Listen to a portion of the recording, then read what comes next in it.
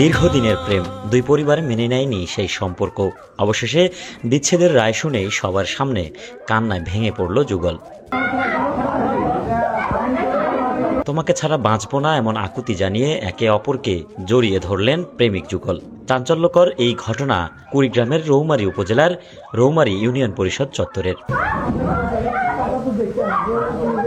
শুক্রবার সামাজিক যোগাযোগ মাধ্যমে ছড়িয়ে পড়ে ওই প্রেমিক যুগলের আবেগঘন ভিডিওতে দেখা যায় তরুণ তরুণী একে অপরকে জড়িয়ে ধরে অঝরে কাঁদছেন। উপস্থিত লোকজন অনেক চেষ্টা করেও তাদের আলাদা করতে পারছেন না। পরে খবর পেয়ে ঘটনাস্থলে আসে পুলিশ।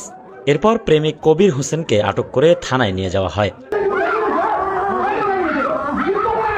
জানা যায় গত ২৭ এপ্রিল ঘর ছেড়ে পালিয়ে যান ওই তরুণ তরুণী।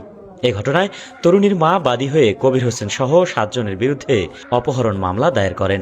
বৃহস্পতিবার স্বজনরা তাদের খুঁজে বের করে বিষয়টি মীমাংসার জন্য নিয়ে যান রৌমারী ইউনিয়ন পরিষদের গ্রাম আদালতে। সেখানে দুই পরিবারের সম্মতিতে তাদের আলাদা থাকার সিদ্ধান্ত দেন ইউনিয়ন পরিষদের চেয়ারম্যান ও গ্রাম আদালতের বিচারক আব্দুর রাজ্জাক। কিন্তু সেই সিদ্ধান্ত মেনে নিতে পারেননি প্রেমিক প্রেমিকা।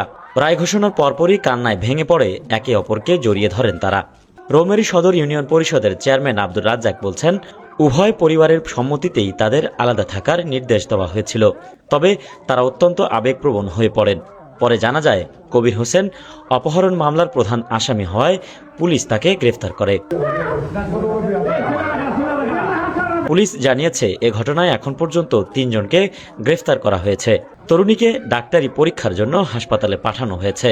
এদিকে সামাজিক যোগাযোগ মাধ্যমে ভাইরাল হওয়া এই ভিডিও ঘিরে চলছে নানা আলোচনা সমালোচনা।